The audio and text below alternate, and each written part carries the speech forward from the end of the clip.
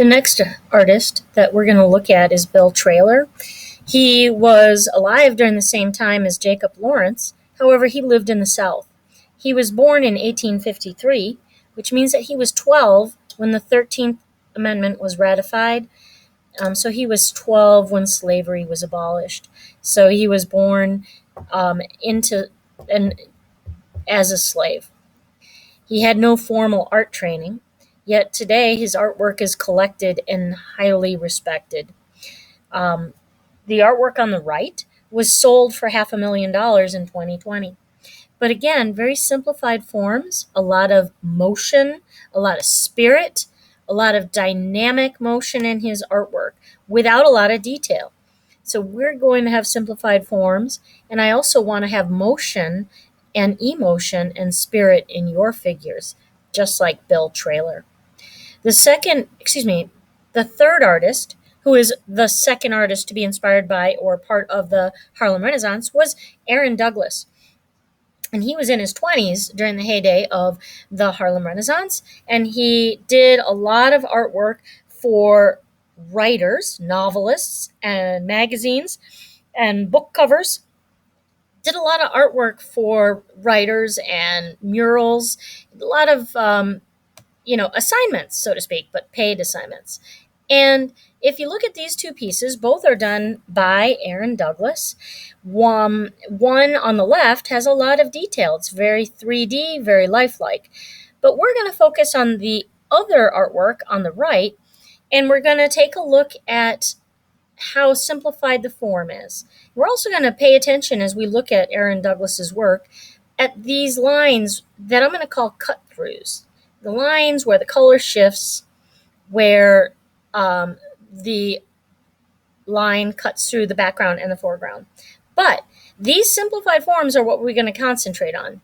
The simplified forms of his artwork on the right was inspired by the African art. Many of the Harlem Renaissance artists were looking to focus on honoring their heritage from Africa. So I think if you look at his artwork on the right, you can see the nuances of the shapes and the way the people were portrayed, similar than things that you would have seen in Africa. So like the Egyptian tomb artwork and African masks and other statuary from Africa that he was looking at. So here's another book cover that he did on the right. You look at the cut through, the line that cuts through the background and the person, and how the color shifts when that line occurs. You can see how the image is definitely very similar to the things that you would see in Egyptian artwork. He also did a lot of murals and other artwork that relate to music and dance, motion, emotion, and also a lot of movement. These figures are not just standing there. So we're going to be doing that too. Here's a mural called Aspiration. I think that the gesture, the way that people are posed, really symbolizes how they are aspiring to greater and better things. I think that the pose is very important. The way that they are looking up and towards the cities that they were looking to help and be a part of. Simplified forms, not a lot of detail. Also, look at the cut-throughs. We will have cut-throughs. We will have lines that cut through. And then where those lines cut through, the color shifts from darker to lighter in the background as well as the people. Here's one more. Look at the gesture. The figures are not just standing. You got somebody running here. Again, music is an important part of his artwork.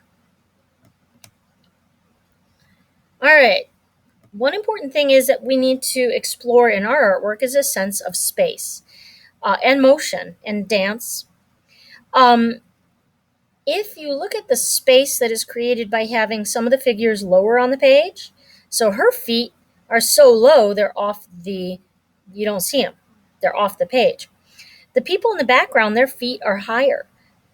The people dining who are farthest away, their feet are even higher. So you're going to use position on the page to show space.